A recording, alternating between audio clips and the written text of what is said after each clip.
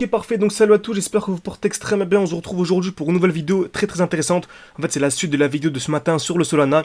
Vous avez donné en fait ma zone la plus intéressante. Donc on vient de casser une zone, donc tout est parfait. Donc je vais vous expliquer tout dans cette vidéo. N'hésitez vraiment pas à mettre un like, à mettre un commentaire.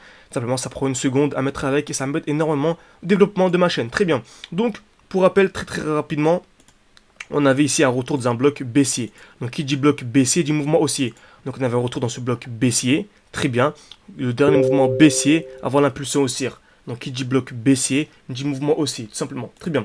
Donc on a eu un retour dans ce bloc et on a eu une accumulation. Car très simple, comme j'ai dit précédemment, c'est très important, je le répète, qui dit bloc baissier dit mouvement haussier. Donc qui dit mouvement haussier dit accumulation en amont. Donc on a eu notre accumulation, création de QL, taper plusieurs fois au même niveau, liquidation, cassure, puis mouvement haussier. C'est exactement ce que l'on a eu, ok. On a eu cette belle accumulation, création de QL, liquidation. On avait dit également qu'on avait pris cette position. Très bien, donc achat dans ce bloc baissier, ok. Car on achète toujours en fait dans un bloc baissier. Donc qui dit bloc baissier dit mouvement haussier. Et qui dit bloc haussier ici dit mouvement baissier. Donc vu qu'on allait avoir un mouvement baissier, on a revendu. C'est grâce à cela qu'on a fait 26% en 5 jours. Très bien.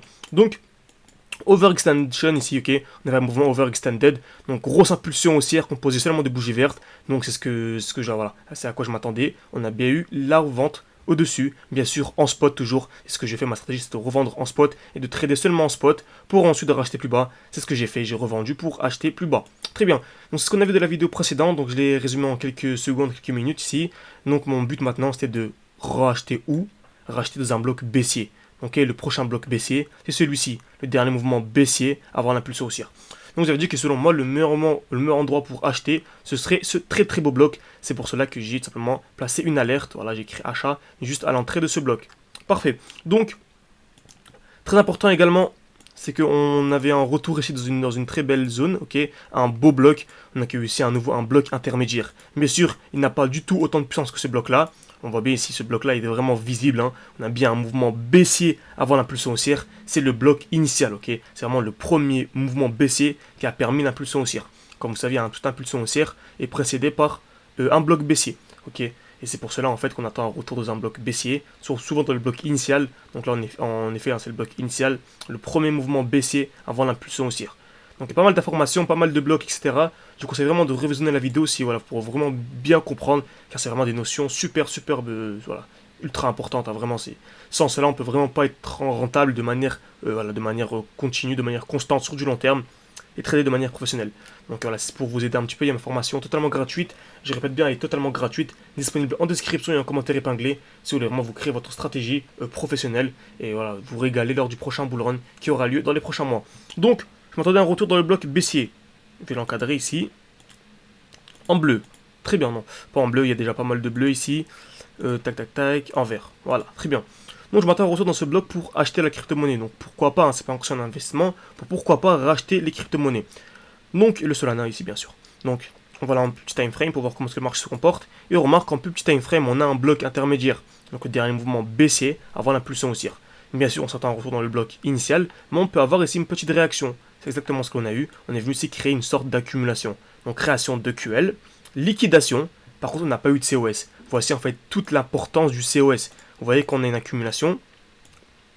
On vient créer des QL, liquidation. Ensuite, je m'attends à un COS. Ok. Donc, qu'est-ce que le COS? Je vais l'expliquer rapidement. Donc, on a les EQL ici. On est venu liquider les EQL. Et le COS, en fait, c'est la cassure du point haut qui a permis le mouvement baissier. Donc, en fait, le mouvement baissier qui a permis en fait la liquidation de la zone de QL, c'est celui-ci. Vous êtes d'accord? Ce mouvement de là à là. Donc, dès lors que l'on vient casser le point haut, on a le COS. Donc, ici, à votre avis, quel point aurait dû être cassé pour avoir le COS? Donc, on a eu la création de QL, liquidation, ce point-là, en fait. Il fallait liquider ce point haut. Ok. En plus de cela, ici, on avait une zone de QH. Donc, on l'avait remis en 1 minute, je pense. Tac. Je répondrai aux commentaires plus tard. Donc, on avait une zone ultra intéressante. Donc, création de QH. Taper une fois, deux fois au même niveau. En plus de là, c'est des EQH exact. Donc, on avait une très belle zone de liquidité à venir liquider, tout simplement. Ok. Donc, cette zone sera liquidée un jour ou l'autre. C'est une certitude. Vraiment, pour le coup, c'est une certitude. On ne vient jamais créer des EQH de manière voilà, hasardeuse comme ceci. Et en plus de cela, je suis très aussi sur le Solana sur du long terme. Ok, très bien. Donc en plus de cela, on a une nouvelle zone de liquidité. On est venu créer une trend line ici. on a vu de taper une fois, deux fois, trois fois, quatre fois, cinq fois, six fois, à peu près au même niveau, quasiment même, hein, exactement au même niveau, sur la même ligne. C'est une ligne oblique, donc c'est une des EQH, une des EQL, on appelle ça une trendline, une TL. Donc, en cas ici d'accumulation, ok, donc si on avait ici l'accumulation valide avec le COS, j'aurais pu m'attendre à quoi? À la liquidation des EQH, liquidation de la trendline.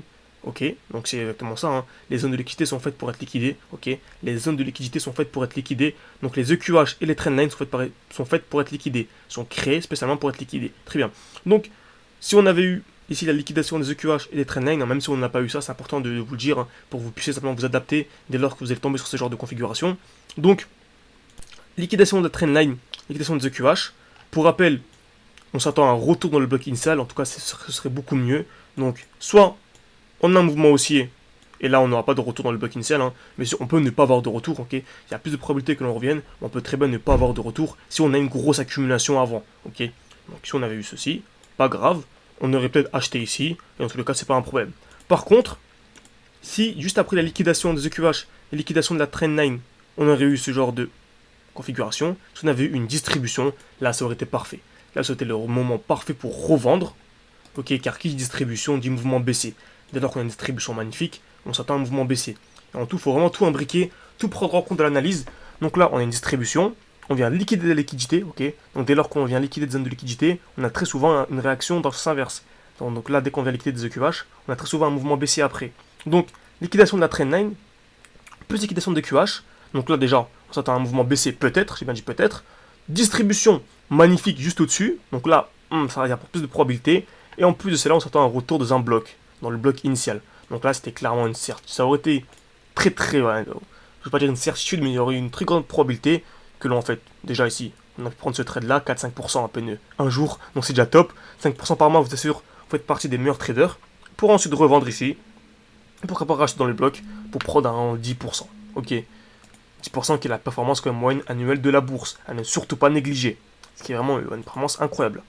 Donc voilà, donc là on a la zone de trailing, la zone de QH qui n'ont pas encore été liquidées. Donc ces zones vont clairement être liquidées. Donc voilà à quoi je m'attends. Soit on vient quand même liquider, c'est possible, hein, c'est clairement possible que l'on vienne ici récupérer des liquidités, que l'on vienne liquider les EQH, liquider la trendline pour ensuite créer une distribution comme on vient de faire maintenant, ok. Ça aurait été mieux que ça se fasse dans le bloc, mais ça peut très bien se faire juste en dessous, c'est possible. Ou bien que l'on vienne en fait dans le bloc directement, que l'on vienne créer une accumulation. Et là, personnellement, je pense que j'entrerai ici pour revendre, en fait, au minimum, la liquidation des EQH. Donc là, par exemple, il y aura un pourcentage, pourquoi pas venir chercher de 15%. Ok, en à peine quelques jours, en moins d'une semaine. Ok, après, bien sûr, on dit en moins d'une semaine, mais c'est le marché qui décide. Que le mouvement, que le marché passe de là à là en un jour, ou passe de là à là en plusieurs mois, c'est absolument lui qui décide. Nous, voilà, on a des zones de liquidité, on a nos alertes, on place nos alertes. Voilà, que le marché effectue le mouvement en 1 minute, ou en 20 minutes, ou en 4 jours, ou en 8 mois, c'est le marché qui décide. Nous, on place seulement nos alertes à des points stratégiques, et on attend et on patiente, tout simplement. Et on reste pas sur le graphique scotché à regarder le moindre mouvement, psychologiquement, c'est extrêmement dangereux. Donc, j'espère que cette vidéo vous a plu, cette analyse rapide vous a plu, n'hésitez pas à mettre un like et à mettre un commentaire. Voilà, ça prend une seconde à mettre un like, et moi, ça m'aide énormément au développement de ma chaîne. Merci beaucoup à ceux qui le feront.